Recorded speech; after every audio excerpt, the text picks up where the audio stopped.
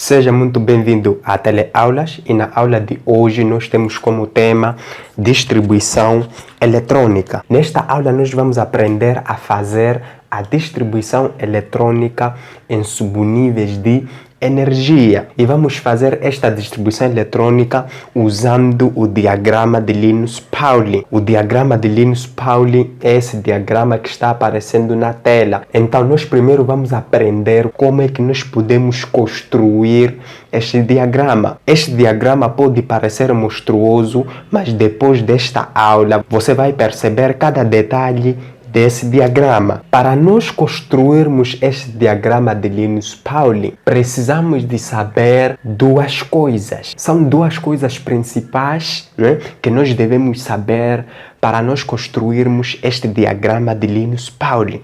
A primeira coisa é sabermos o número de níveis que um átomo tem. Nós já dissemos lá na aula dos números quânticos que nós temos 7 como sendo o número de níveis de um átomo, né, ou de um elemento até então conhecidos. Isso quer dizer que nós nunca vamos encontrar um elemento que possui mais de 7 níveis. Então essa é a primeira coisa que nós devemos saber. Um elemento possui apenas 7 níveis. E devemos saber também o número de eletrões que cabe em cada nível de energia. Então, lá na aula dos números quânticos ou na aula da evolução dos modelos atômicos, né, eu recomendo que assista estas aulas, só assim é que irá perceber melhor esta aula, né? Assista aí a aula dos números quânticos e assista também a evolução dos modelos atômicos. Então, nestas aulas, nós já falamos que o primeiro nível, né, é chamado nível K. Nível K ou nível 1. Nível K ou nível 1. Em que no primeiro nível nós temos 2 como sendo o número máximo de eletrões, né? Nós temos aqui 2 como sendo o número máximo de eletrões. O segundo nível é chamado nível L ou nível 2, que possui aqui 8 como sendo o seu número máximo de eletrões. Depois temos M, né, ou nível 3, que possui aqui 18 eletrões, né? Depois temos aqui o nível N, ou nível 4, que possui aqui 32 eletrões, né? Depois temos aqui o nível O, ou nível 5, que possui aqui 32 eletrões como número máximo de eletrões que cabem neste nível. Depois temos o nível P, ou nível 6, que possui 18 eletrões como sendo o seu número máximo, né? E temos o nível Q, ou nível 7, que possui 2 eletrões. Então, são esses números máximos de eletrões que nós devemos saber nesta parte de níveis de energia. Na verdade, existe uma fórmula, né, para nós encontrarmos esses números máximos de eletrões que cabem num certo nível. A fórmula é 2n ao quadrado. Esta fórmula que nós usamos para encontrar o número máximo de eletrões que cabem num certo nível. Por exemplo, neste nível 3, nós temos aqui 18 eletrões. Então, o 18 nós podemos encontrar através desta fórmula. Relembrando que o nosso N é o nosso nível.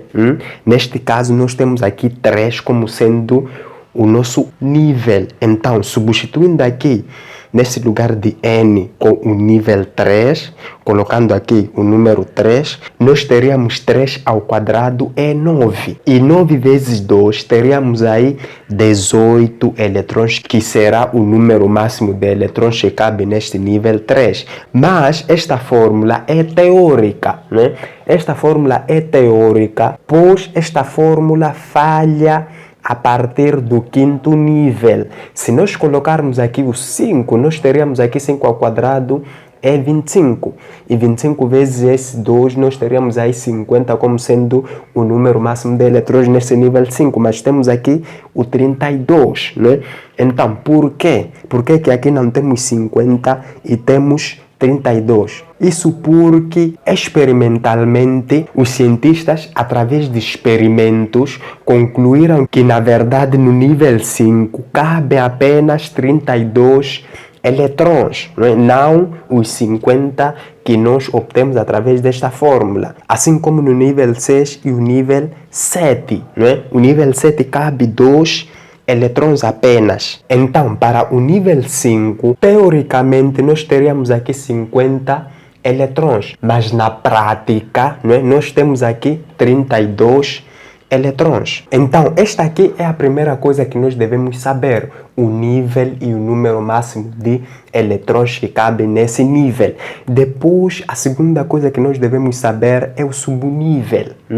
Nós devemos saber os subníveis e o número máximo de eletrons que cabem nesse subnível. Nós temos 4 subníveis, como dissemos lá na aula dos números quânticos. Então, o primeiro subnível é o subnível S, que nós já falamos. Depois nós temos o subnível P, Depois temos o subnível D, depois temos o subnível F. Atenção, as letras que representam o nível representam-se por letras maiúsculas, Mas aqui nós temos os subníveis com letras minúsculas. Na verdade, aqui nós poderíamos colocar o S minúsculo, para indicar o subnível S. Nós dissemos também que o número máximo de eletrons que cabe no subnível S é 2.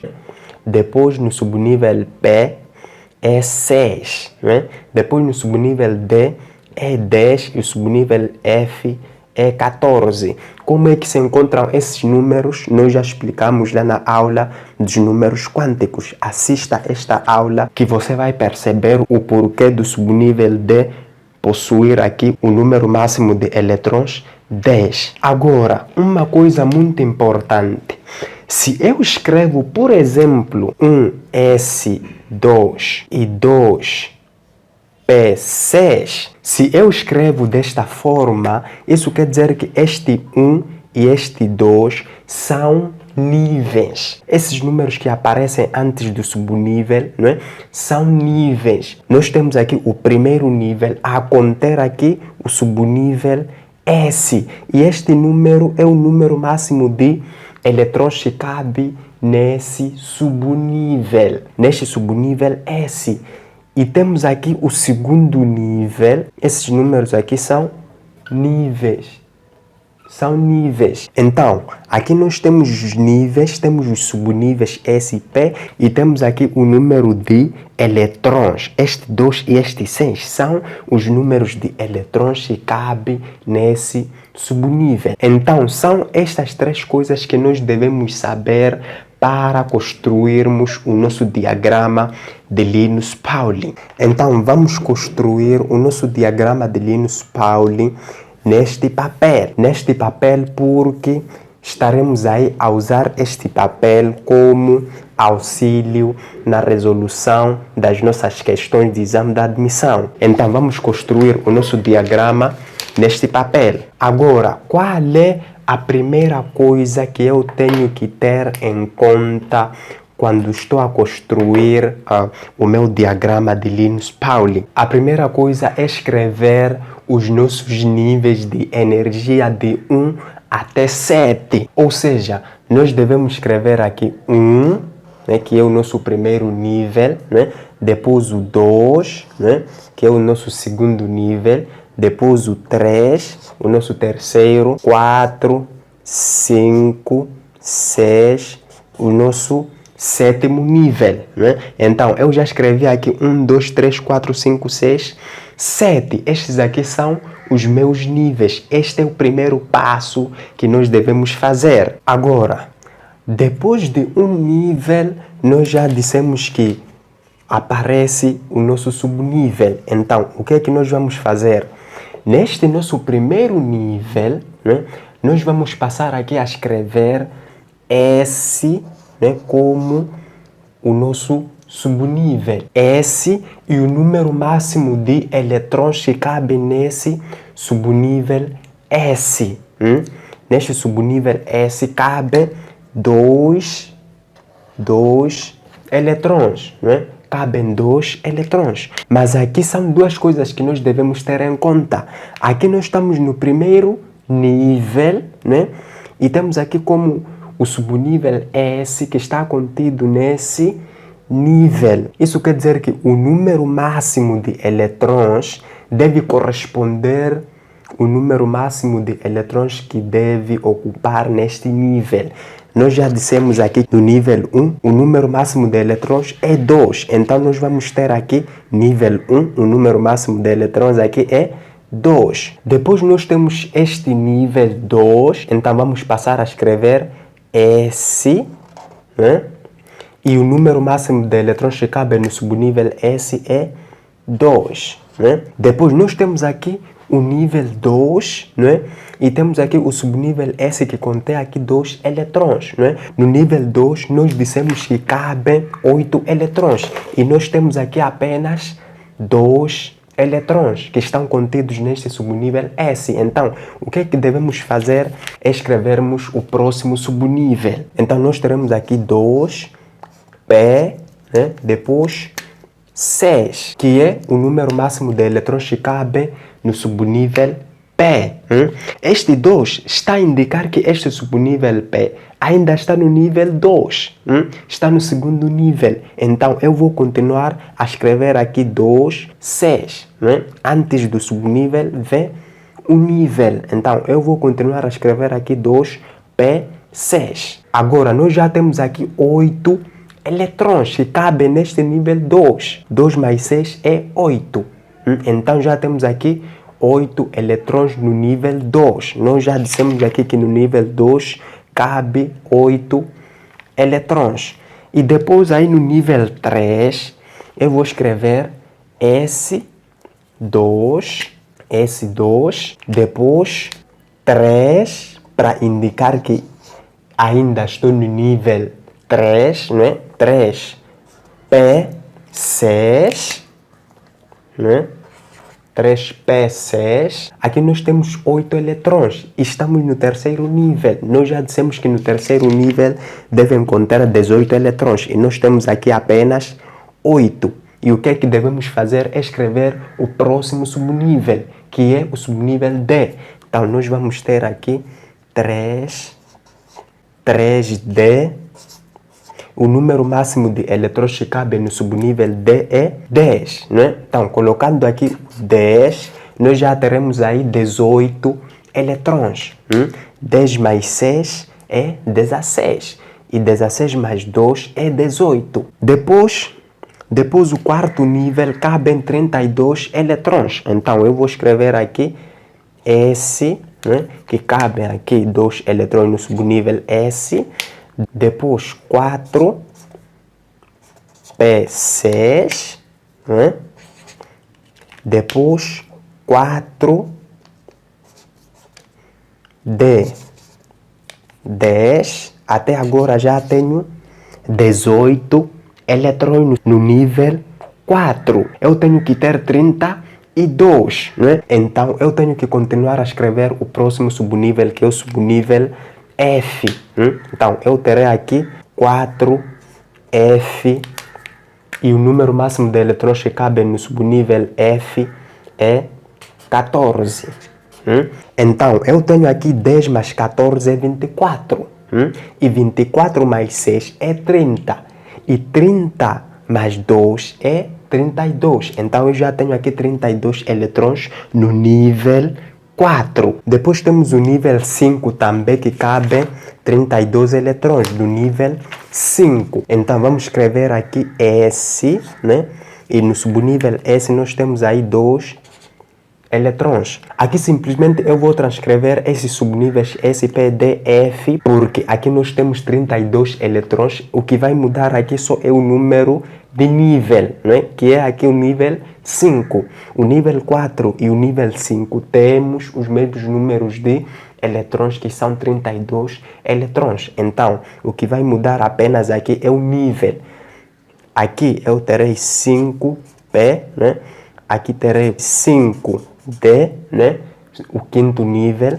Aqui terei 5F, né?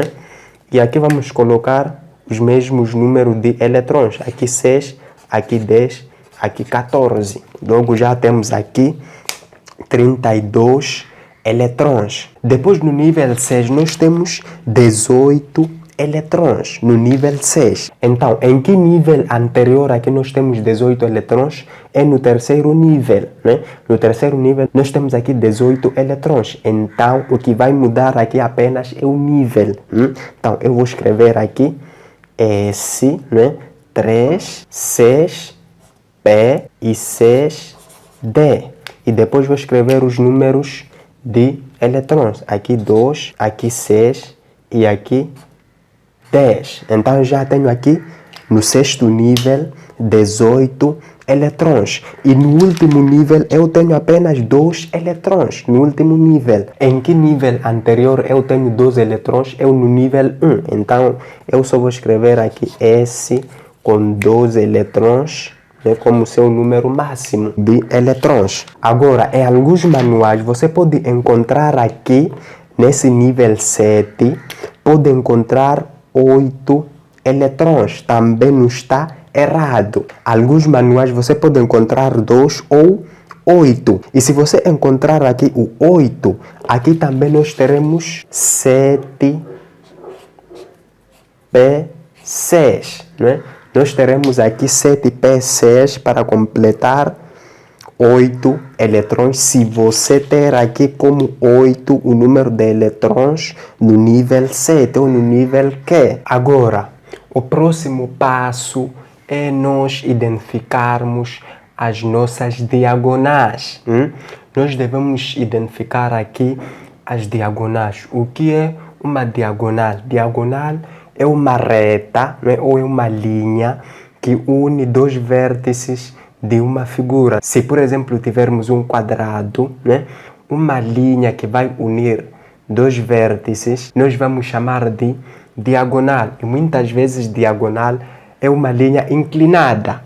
Então, aqui também vamos identificar diagonais. E como é que nós podemos identificar estes diagonais? Se nós verificarmos esses números aqui na forma inclinada, vamos verificar esses números de forma crescente.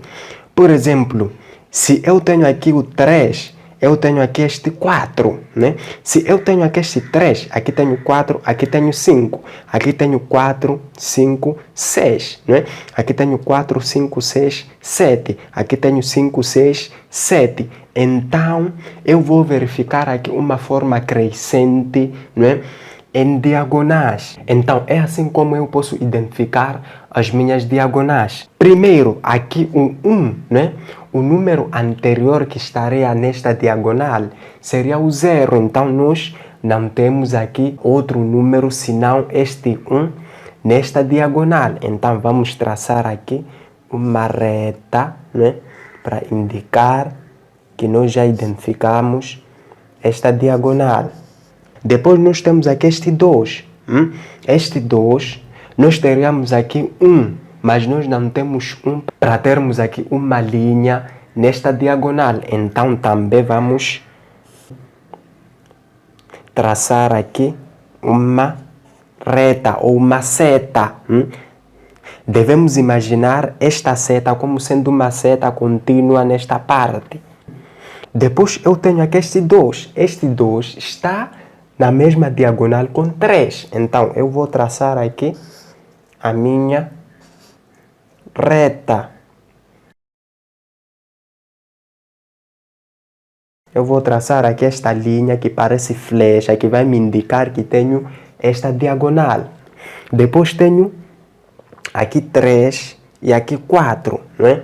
Logo eu vou traçar aqui também esta diagonal, né? Tenho aqui 3, 4, 5. Vou traçar esta diagonal.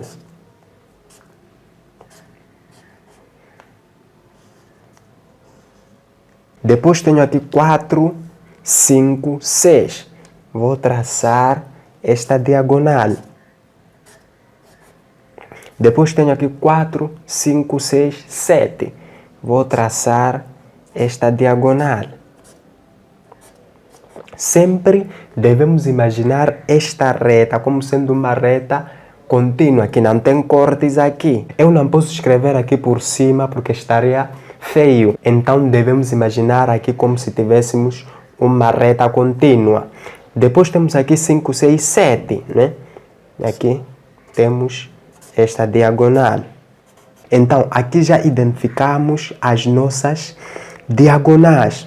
O próximo passo é, aqui onde termina uma flecha, devemos unir com esta parte que começa a outra flecha, né? Se eu tenho esta flecha, eu vou unir com esta parte aqui que começa a próxima flecha. Então, o que é que eu terei aqui?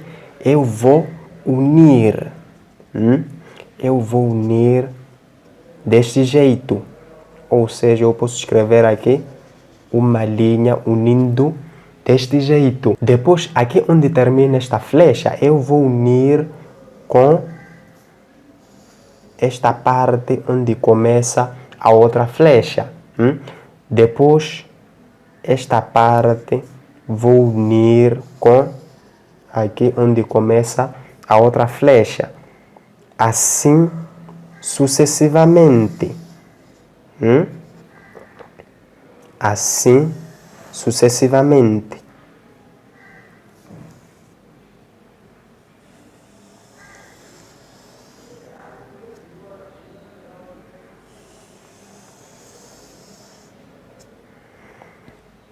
Assim sucessivamente até eu chegar neste ponto. Então, se nós verificarmos bem aqui estas linhas, estas nossas flechas, vamos verificar um caminho, né, que vai nos parecer aqui como uma cobra, né? Nós vamos ter esta trajetória como se fosse, né, caminho de uma cobra. Então, é exatamente este caminho que nós devemos usar para fazer a distribuição eletrônica. Nós poderíamos escrever aqui uma parte desse caminho. Primeiro temos aqui um S2, né? Depois tenho aqui 2 S2, né? Depois tenho aqui 2 P6, né? Depois tenho 3 S2, né? Depois tenho 3 P6, né? Depois tenho 4 S2, né? E assim sucessivamente até chegar nesse 7P6. Então é assim como nós devemos seguir, né, esta trajetória. Este diagrama é muito, mas muito importante. Vai nos ajudar a resolver muitos problemas, né? Muitos exercícios. Então nós devemos praticar, né, como construir este diagrama de Linus Pauling. Aqui eu recomendo que você saiba mesmo construir este diagrama, porque se você memorizar, né, em algum momento você pode ficar confuso, acabar errando uma questão. Então você deve saber como construir este diagrama, assim como nós explicamos, a partir daqui até chegarmos nesta parte. Então vamos fazer aqui um exemplo de distribuição eletrônica usando este diagrama de Linus Pauling. Então, de uma forma rápida, vamos fazer aqui a distribuição eletrônica deste elemento cálcio usando este diagrama de Linus Pauling que nós acabamos de construir. Este elemento cálcio possui 20 como o seu número atômico. Atenção, nós fazemos distribuição eletrônica de elétrons, não do número atômico. Nós fazemos distribuição eletrônica de elétrons. Aqui temos o 20 como sendo o número atômico do cálcio. Então, como este cálcio é um átomo neutro, nós já explicamos lá na aula da estrutura atômica, quando é que se diz que um átomo é neutro, né? Sabemos que um átomo é neutro quando o número de prótons é igual ao número de elétrons. Mas nós dissemos que o número atômico corresponde ao número de prótons.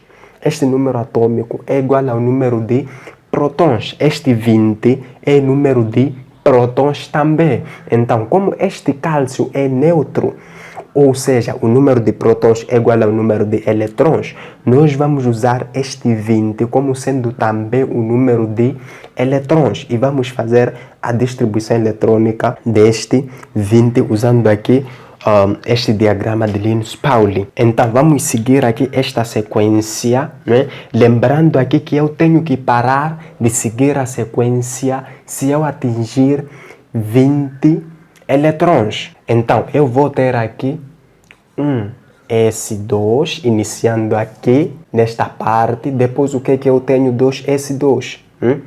Tenho aqui 2S2. Depois tenho aqui 2P6.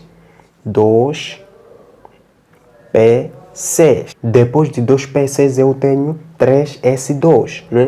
3S2. Até agora tenho quantos elétrons? Tenho aqui 2, 4, mais 6, 10, mais 2, 12. Me faltam 8. Eu tenho aqui 20 elétrons. Eu parei aqui no 3S2. Depois daqui eu vou aqui, 3P6, 3P6. Já tenho aqui quantos elétrons?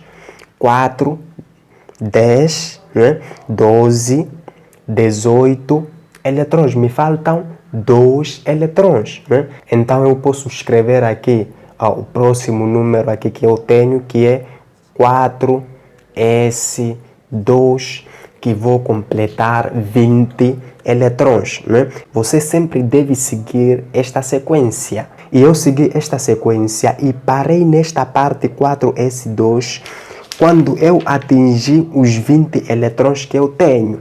Porque eu tenho aqui 2 mais 2, 4, mais 6, 10, mais 2, 12, mais 6, 18, mais 2, 20. Então, é simplesmente assim como nós podemos fazer a distribuição eletrônica em subníveis de energia usando o diagrama de Linus-Pauling. A próxima aula será de como identificar o grupo, o período de um certo elemento usando os dados da distribuição eletrônica. Ou seja, nós vamos fazer a distribuição eletrônica e como é que nós podemos descobrir se este elemento pertence no primeiro grupo, no segundo ou no quinto período. Então, para nós descobrirmos o período, o grupo de um certo elemento, é através da distribuição eletrônica. Por exemplo, este cálcio, através desta distribuição eletrônica, nós poderíamos descobrir o grupo e período onde é que este se encontra. Então, essa será a próxima aula. Para você assistir mais aulas de química, você tem que subscrever-se no canal. Só assim não irá perder nenhuma dica de química como esta aqui. E nos próximos vídeos eu trago mais dicas de química. E deve ativar o sino de notificações, só assim é que poderá receber uma notificação no seu celular se um vídeo novo estiver disponível no canal. Então, bons estudos aí e até a próxima aula.